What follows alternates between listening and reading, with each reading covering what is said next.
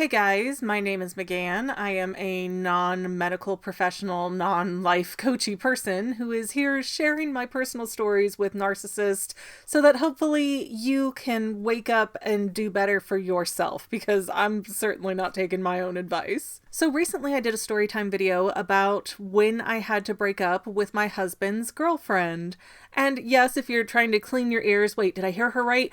You did hear me right. My husband's girlfriend. He is a narcissist. He's had a harem of women that he cycled through behind my back. He says that's all gone and done and behind us now, but yeah, that's certainly got to be true. Anyways, though, my husband is the side story for today. What we are talking about today is my Hoovering story time and how that led us to the return of Joe. If you don't recognize the name Joe, the very first two videos that I ever did on this channel were a big story time about him. Basically, Joe has come into my life twice now and tried to convince me to leave two different husbands for him. And again, you can check out my story time videos if you want to get into all those nitty-gritty details there. But the basics are, he showed up when I was 20. I was married at that time, but Joe got into my Yahoo Messenger and was like, "Oh baby, we're meant to be. You know, your husband doesn't appreciate you like I do, and he's never going to understand you, and he's beneath you, and come be with me. I want you to run away and be with me." And as soon as I really believed that he loved me and he wanted to marry me, and so I ran to go be with this fairy tale life that he was promising, he turned around in the very same day that I got there and threw me out on the streets. So then part two of that story time was how 15 years later, Joe shows back up and he uses the lack of closure from that first situation to get in close with me again. And he's very apologetic and, "Oh, you know, I meant it all before, but it just wasn't meant to be because of my mental health and this and that and the other." And he ended up slowly starting to win me over. And he almost got me the second time too, because he was just so intense and he seemed to be so sincere to me, but he got mad and blocked me before I even had a chance to make any real life changes. So, big loss there. So all of that happens. I become a real emotional wreck. You know, I am torn apart on the inside because I've gotten myself emotionally addicted to Joe's attention. So I'm trying to sort of grieve and process and let Joe go. And in the midst of that, I find out that my husband of the last 15 years has been cheating on me for the last 6. Now, I agree, it does come off very hypocritical for me to complain that my husband was cheating on me and I found out right after somebody broke my heart. But if I may, I would like to point a few things out. For starters, to this day, I have not seen Joe in person since 2006. So I was not sneaking out of the house and sleeping around like my husband was. Everything Joe and I did over the few weeks that we were chatting was just that, chatting over text messages. Which, granted, that's not right either. That is an emotional affair. But it is still a very different line, at least in my opinion, to cross over actually taking women out on dates and then getting busy with them in public parks, which is what my husband was doing. I was more in the, I am considering an affair, I am considering getting divorced, I am considering leaving my husband, and my husband had already been out for years running around. So of course I'm at the point of being fed up and ready to run out on him with somebody else because I haven't gotten any attention from him in 6 years. My husband has been taking the affection that should be reserved for me as his wife and giving it away to other people for years. So yeah, I mean, everybody's gonna have a breaking point. But I still kept it in my pants. He couldn't do the same. Also, I would like to point out that I was so guilt-riddled the entire time that I was talking to Joe. Like, as soon as I started considering the possibility of, yeah, me and Joe are gonna, really try to be together, we're gonna really try and make this work, like, I couldn't function anymore. I was just being eaten alive on the inside. I felt bad every minute of the day, going, "Oh, my poor husband, am I really this kind of person, and am I really going to put him through this? Could I really leave him like this?" And he was already, with a foot and a half out the door the entire time. I felt bad. And I even told my husband when Joe popped up flirting with me in my messenger, and he didn't care. If my spouse had had even a slightly negative reaction or a jealous reaction, I guarantee you I would have cut everything off with Joe immediately. But I ended up hearing Joe out out and giving him the space to weasel into my life because my husband greenlit me to do that. And it really wasn't because my husband trusted me. It's because as a narcissist, my husband thinks that he's God's gift and I'll never do any better. So of course I would never leave him. And that's why he thinks he can get away with doing whatever he wants. So my husband knew that I was speaking to Joe, but do you think I knew about all the men and women he was running around with?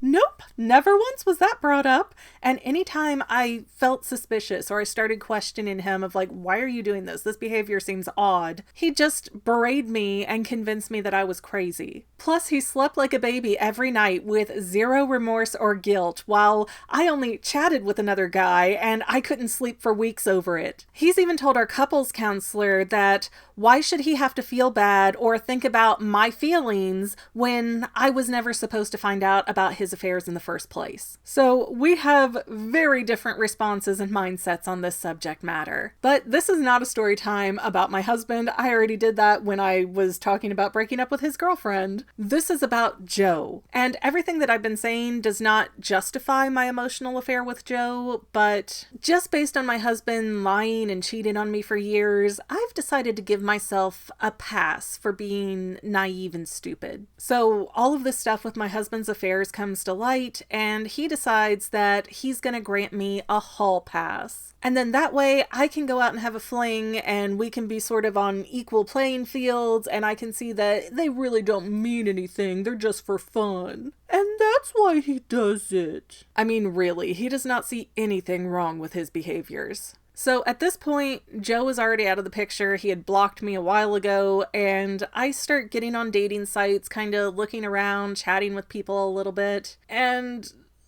most of the people on there, I mean, no offense to anybody on a dating site, but the people on dating sites are horrendous. I'm a geek. I'm a nerd. I'm sitting here wearing an Applejack shirt that I made myself because I am that level of nerdy. But I go on these dating sites, and even trying to have a conversation with anybody, it's like pulling teeth. All these dudes are like, hey, sup, what you doing? What's your phone number? You want to go meet up for coffee? Like, dude, if you can't hold up a conversation in a chat, then why would I want to see you or talk to you live? And a lot of those guys give off some really bad serial killer vibes. I mean, it is not something that makes me feel safe. I almost went on a date with one guy. He was an MMA fighter. He was really nerdy. We had some good chats. And then he started saying some really questionable things about women. And I'm like, I'm supposed to meet this guy for a date tomorrow, and I feel like I might end up in a ditch somewhere on the side of the road dead. I don't want to do this. You know, like, these dudes are not dudes for me. So I just really wasn't getting far with the dating site stuff. And what I really, really wanted was somebody that I sparked with and that I could just have fun talking to, like I did with Joe. Then, lo and behold, roughly 6 weeks after blocking me, I am just minding my own business on Facebook when I get 2 notifications that Joe has liked 2 different memes that I have publicly posted on my Facebook profile. Now, this is actually a really common narcissist tactic. They leave you some kind of vague hint that they want to talk to you again, such as liking your posts when they don't follow you or they're not your friend. But ultimately, the narcissist is a coward, so he doesn't want to put himself out there and, you know, be like, hey, I miss you, I want to speak to you again, and risk you rejecting him. You know, if he gets left on red, that is a big hit to his ego. Or if you block him once he contacts you, that's not going to make him feel all warm and fuzzy inside. So they try to manipulate you, their victim, into breaking the silence for them. And a lot of times this is considered reverse hoovering.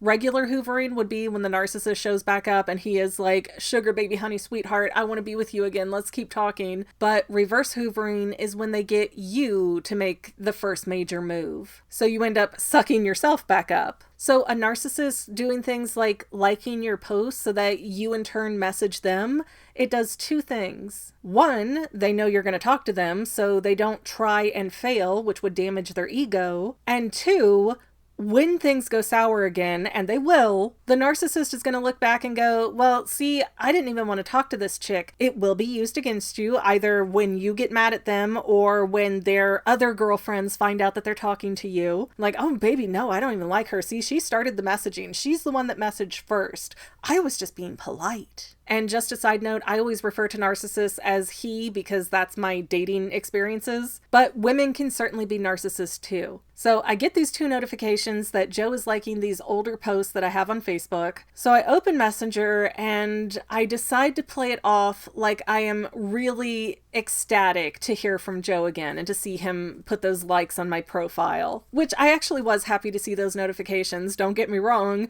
But I was kind of debating, how am I going to present myself? I'm making the first big verbal move here. So am I going to be standoffish? Am I going to be angry and expecting an apology? What am I going to do? But the more I thought about it, the more I felt like I've had this tension with Joe for over half of my life now. I would like for him to be my hall pass. So I really wanted to keep the conversation nice and light and kind of say what I thought he'd want me to say. So that way we could, meet up, do our thing, and then I could block him. I wouldn't have to talk to him anymore. I'd have gotten him out of my system. I'd have used my hall pass. I would hopefully have felt better. And I know that Joe's no good and I don't want to keep him around long term. So, block him after that and we're good. But narcissists won't play into that game. You can't tell a narcissist, oh, I just want to meet up with you to have intercourse and then bail and never talk to you again. Like, they want you to be so involved and obsessed with them that you can't stand it. But, having Joe already ripped my heart out twice now in my life, I knew he wasn't serious boyfriend material. So I decided I'm going to keep my head on straight. I'm going to play this game just like he plays the game. We're going to do it, and then we're going to part ways and never see each other again. So I sent him a message like, oh, I am so glad to see you unblocked me. I thought it was a mirage when I saw you liking my posts. And seconds later, Joe is responding to me and he's telling me how happy he is that I reached out and how he hasn't smiled this widely since we stopped talking. And it was just immediately, he was back to being hot and heavy like nothing happened. He was saying, we're on this train is moving forward. It's you and me. We're doing this thing. It's all or nothing, baby. And doing this whole thing was basically getting married, having children, that whole 9 yards of the fairy tale white picket fence nonsense. And he's honestly coming at me in my face like so much hotter than I expected.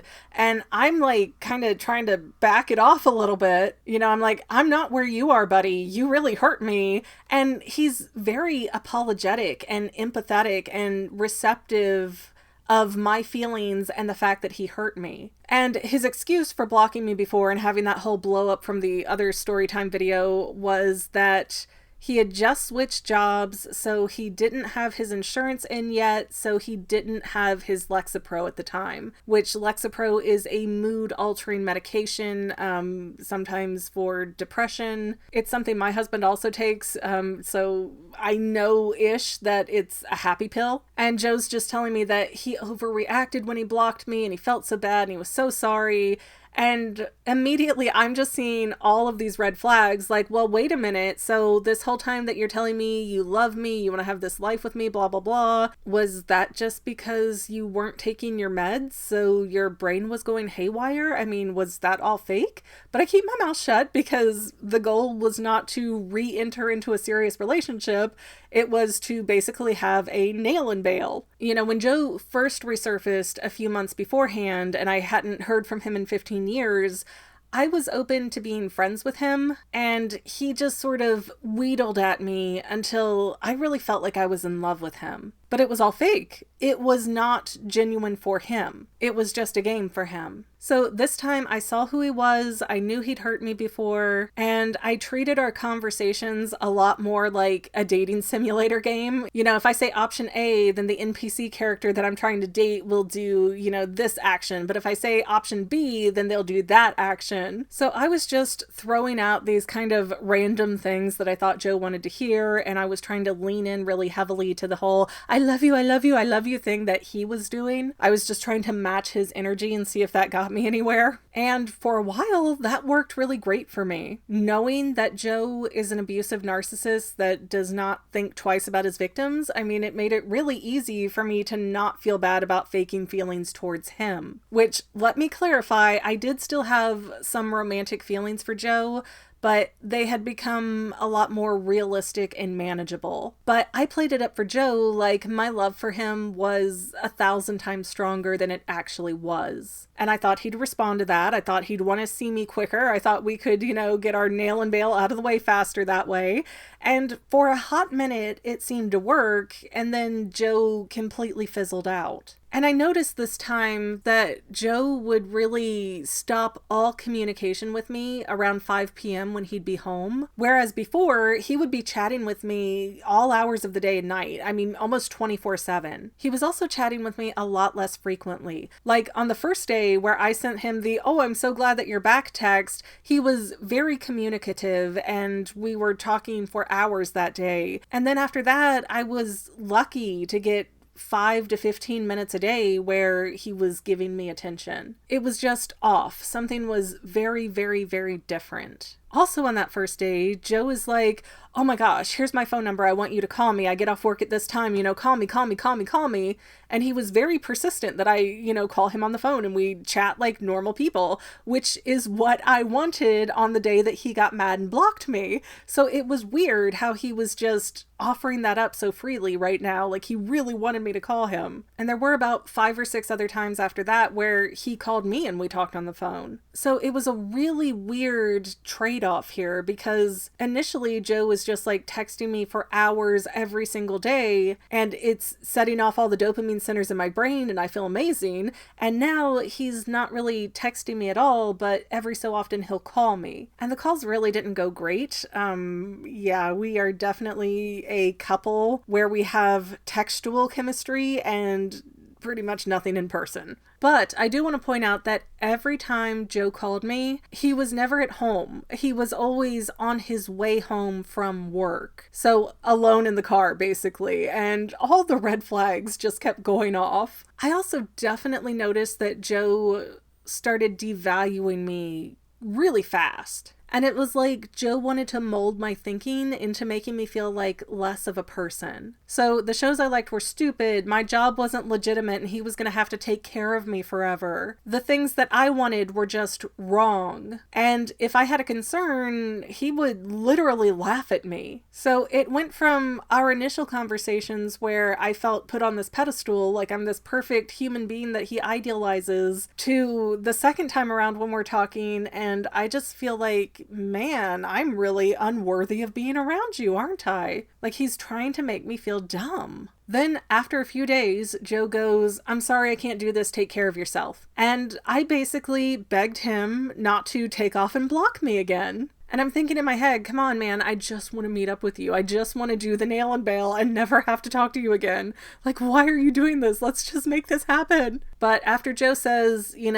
goodbye and good luck, he spends that whole day pretty much ignoring me. Then he comes back the next day and just showers me with attention and apologies. And he even tries to insist, which is so gaslighty, that he never broke up with me the day before. And that day of love bombing is where Joe got me sucked in again. I was keeping my head on straight. I was keeping my perspective that Joe is not long-term material. And when Joe came in and flipped the game board on me and went, "Well, I'm leaving you," it triggered my abandonment issues and my anxious, preoccupied attachment style. So then when he came back the next day after dumping me again, and he's proclaiming to love me and wanting to be with me, it started to feel real to me all of a sudden. Having fallen for none of it before, like Joe just sucked me in, and I felt like I was really meaning the "I love you" stuff too. Unfortunately, that's another tactic that a lot of narcissists use. They put you through trauma bonding where they drag your emotional state to these extreme highs and lows, and they're so unpredictable that it makes you actually feel more attached to a person. Because our stupid, simple human brains really have trouble distinguishing between love and fear. So if somebody can scare us and make us feel helpless and terrified, they can make us think that we are in love with them, that we are devoted to them, even if we know better. We know we shouldn't. But then right after that day where he's come back and love bombed me and given me hours of attention and told me that no, he didn't break up with me, everything's still good, baby, he's right back to barely texting me at all the day after that, and the day after that, and the day after that. I might get a call from him if enough distance had built up between us, but overall it was just very little contact. And even on the phone, if I said something that was getting too serious, oh, I gotta go, I just got to the place I was going, sorry, bye, and we wouldn't really get to talk about it again. And if I said something like, hey, I don't think you have time for me, or I don't know what's going on, but I feel like you're pulling back a lot, Joe would be like, oh, I'm so sorry, I'm just busy with school and work and the kids, and it's not you, you're perfect, I love you, we're good. So I tried to believe him because at that point I was getting emotionally addicted to him again because I don't learn my lesson. Then there was a day where he asked if he could call me after work, and I said sure. And I wasn't in a great mood. He knew I was feeling really kind of low and depressed that day. And in general, Joe and I are both very sarcastic people with, a dark sense of humor, and we kind of poke at everybody. There's no boundaries. And I don't remember what I said, but I said something that made Joe upset, and he's just very abruptly, I gotta get off the phone, traffic's heavy, I'll call you back soon. And just like, boom, click, gone. And I was thinking, did I make him mad? Like, what did I say? What did I actually say? Was it really offensive? Like, wait, what? And then after I'm kind of like, what the heck happened?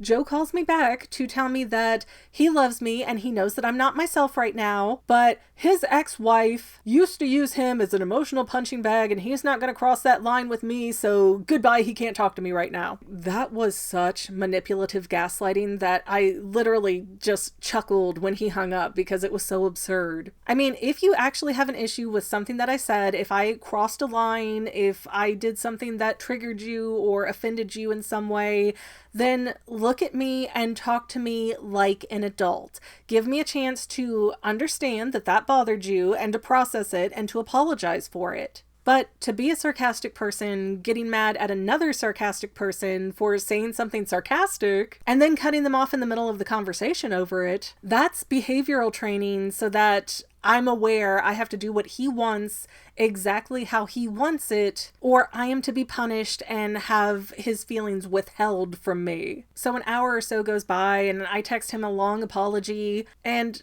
man, Joe really says all of these perfect things about how he wants to love me forever and our life together is going to be so this and that. So he knows that our love can work everything out as long as I learn how to control my behavior. And if I had romantic feelings for Joe before, I was crazy head over heels for him after that chat. I mean, there was a lot of me throwing up my trepidations and anxieties about the relationship, and Joe just being, no, I love you, we're going to do this, we're going to work this out, I'm going to squash every fear that you have.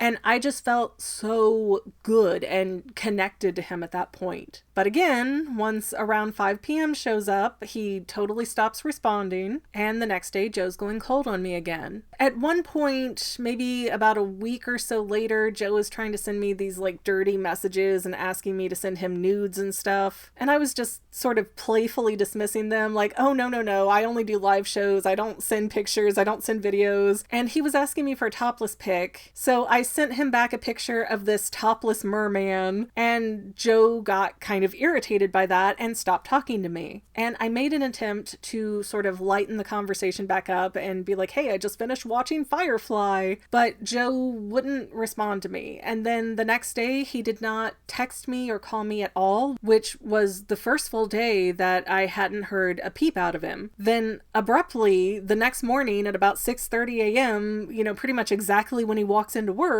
he dumps me in a text and blocks me. So I was fed up at this point. I was realizing that I'd gotten way too sucked in. I was not going to have my nail and bail as my goal initially was, and I was definitely never going to have a relationship with this dude. So I blocked him right back. And a few hours later, Joe was calling me on my phone because he had unblocked me and realized that I had blocked him, so he couldn't just be like, oh, I'm sorry, baby, and smooth the whole thing over. But I didn't answer the phone and he didn't leave a message, so maybe I'm wrong and he wanted something else. However, and this is where it gets exceptionally interesting or mean, the reason that I didn't answer when Joe called me was because I had already activated Operation Failsafe, which basically that was a self-destruct button that my friends and I had put together so that I could get rid of Joe probably for good when I was ready to do that. And essentially what had happened is that one of my friends is a very good Facebook stalker, and she pieced together not just that Joe had a long-term living girlfriend,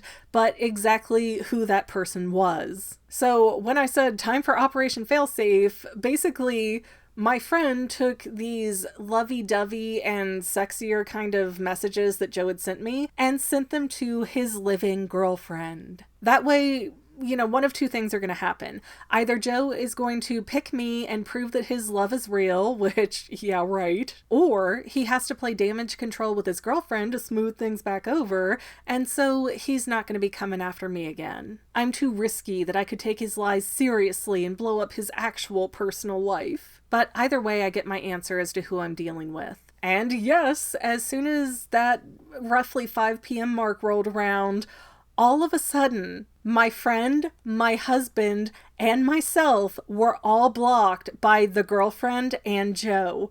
Well, actually, the funny thing was because Joe had just blocked me and unblocked me that day, he had to wait like 2 or 3 days before he was able to block me again. So I just got to sit there and look and be like, But I had unblocked Joe before 5 p.m. so that if he wanted to come back and say something, he had that opportunity. He didn't though. He eventually blocked me without another word, which was basically what I was expecting. And I've talked about the situation a lot and how Joe was dumping me and then coming back and dumping me and coming back. And most people seem to believe that what was happening was the living girlfriend was getting suspicious, so Joe had to dump me and delete everything so that she didn't find out. But I don't think that that was the case, because he was always dumping me when he was at work, and they did not work together. Joe is very smart. I mean, top of the class kind of smart. And he works in the medical field, so I am sure he is no stranger to a lot of terminology. So I believe that Joe was actually a greater narcissist, and that he was aware that he was trauma bonding me with these extremely emotional highs and lows. And he was doing that so that once he dumped me and then he came back and went, no, everything's fine, I love you, he'd get this huge emotional payoff that would feed his ego, because we'd spend hours and hours texting in this really hyped up state of, oh baby, I love you, sweetie, our future, la la la. Just hours and hours of professing our love for each other. And I think that that's really why he was dumping me, so that he could come back and get that. That's the ultimate high that Joe was after. And that kind of erratic behavior that made me, afraid and in love at the same time was really training me to not argue with Joe and to just love him freely and take whatever he had to offer, even if I saw red flags or even if something felt off. Just keep your mouth shut and be the good girl that loves me and does what I say anyways. And if I wasn't being the compliant little good girl that Joe wanted me to be, then when he broke up with me, I'd have to sit there and think about, oh, is this why he did that? Oh, is this why he left me? Oh, is this all my fault? And so not behaving in the way that Joe wanted left me in a constant state of fear that he would just withdraw his affection and leave again. And that's basically how intermittent reinforcement works in a nutshell. So yeah, it was a whole abusive, toxic situation, but even though I wanted Joe gone and I got Joe gone and all that should make me feel better, it really didn't. I was so emotionally addicted to him that I just felt worse and worse and worse, and like a crazy obsessive person that would do anything to talk to him again. And let me tell you, as somebody who is there right now, who is coming out of that mode, it does get better. You just have to give it time. You have to let yourself process and grieve and get over it, because there is no winning with a narcissist. It is just, when are you going to be smart enough to cut your losses? So my friends, please learn from my crazy story time. Hopefully I don't talk to Joe again. But honestly, if he messaged me right now, I probably would, because I'm dumb. So do not be like me. Always put yourself first, because a narcissist is always going to put themselves first. And you're not going to win. There's nothing you are ever going to do to win against a narcissist, because they don't have the emotional depth to care if they destroy you in the process of getting whatever they want. So even if you think, well, I'm going to, date them just to suit my own purpose or meet my own goal, it is going to blow up in your face. So run. Take care of yourself, guys.